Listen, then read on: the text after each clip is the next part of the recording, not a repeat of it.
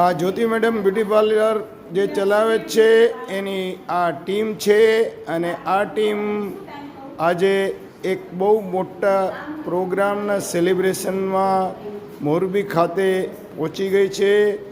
ધન્યવાદ Jyoti madam, thank you very much.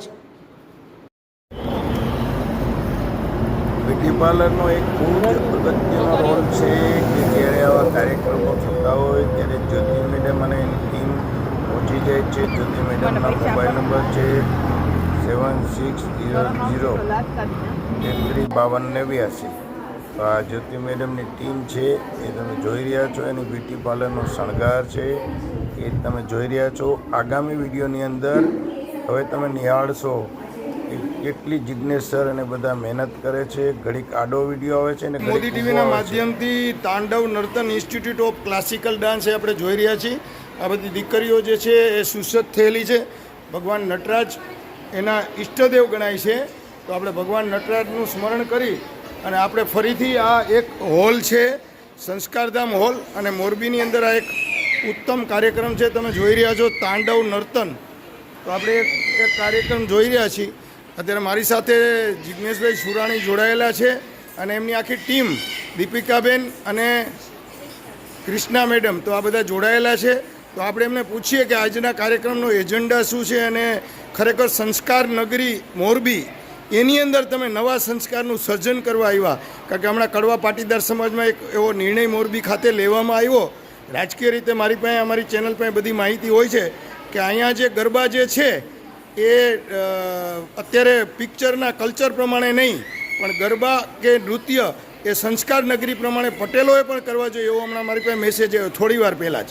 તો જી Jignesh sir. હાજી, આપણું ખાસ તો ધ્યેય જ છે કે આપણી સંસ્થા દ્વારા શાસ્ત્રીય નૃત્ય ભરતનાટ્યમ અને પ્રાચીન અર્વાચીન ગરબા, જેમ તમે કીધું એમ, કે આપણે એવું જ કાર્ય કરીએ છીએ કે આપણા સમાજને, આપણી આજની યુવા પેઢીને આ સંસ્કૃતિ અને પરંપરા જળવાઈ રહે એવા વિચારો મળે એટલા માટેની જે નૃત્ય પ્રસ્તુતિ છે એવી પ્રસ્તુતિ આજે આપણે આ કાર્યક્રમમાં કરેલી છે. શાસ્ત્રીય નૃત્ય ભરતનાટ્યમ અને પ્રાચીન અર્વાચીન માતાજીના ગરબા અને કૃષ્ણના રાસ દ્વારા.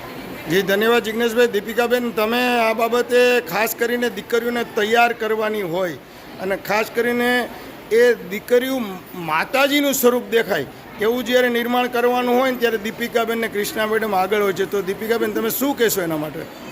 આજની પેઢી ખાસ આપણી સંસ્કૃતિ તરફ આગળ વધે એના માટે જ અમારો એક પ્રયત્ન છે.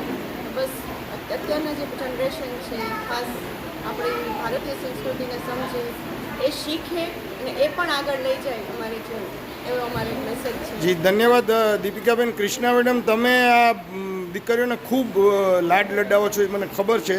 તો તમે પણ દીકરીઓ માટે શું કહેશો ને સમાજને શું પ્રેરણા મળે એવું કહેશો? કે અત્યારના સમય પ્રમાણે આપણી ભારતીય સંસ્કૃતિ તરફ વળે, આપણા સંસ્કાર, આપણી પરંપરાને સાથે લઈને આપણે બધા આગળ વધીએ અને દીકરીઓને સારા સંસ્કાર મળે છે આપણી સંસ્થામાંથી. અને મોરબીમાં તો 15થી 18 વર્ષ જેવું થયું ક્લાસીસ ચાલે છે આપણા, અને ખૂબ જ સરસ દીકરીઓ આવે છે શીખવા માટે. તો બસ એ જ મેસેજ છે કે અત્યારના સમયે આ ફિલ્મી યુગમાં જે ગમે તેવા સોંગ પર નૃત્ય થાય છે, ડાન્સ કરે છે ગમે એવા નૃત્યો, એના બદલે આપણા ઈશ્વરની આરાધના, માતાજીના ગરબા આવું કંઈ કરે તો ભક્તિ એની મેળે દેખાશે અને એમાં બધાની ભક્તિનું પણ એક સર્જન થશે. તો અત્યારે જે આ મંચનું જે નામ છે એ નિત્યાંજલિ નૃત્ય રંગ અને Tandav Nartan institute of classical dance Rajkot તરફથી આ નિર્માણ જે છે મોરબીની ધરા ઉપર થયું છે. તો મોરબીવાસી, રાજકોટવાસી અને તમામ સંસ્કૃતિ પ્રેમીઓને વિનંતી કે બિગ મોદી ટીવીના આ વિડીયોને વધુમાં વધુ લોકો સુધી શેર કરજો, જેથી આવનારી પેઢી આ વસ્તુને જાણે. હું તમારો સર્વેનો આભાર વ્યક્ત કરું છું. ધન્યવાદ.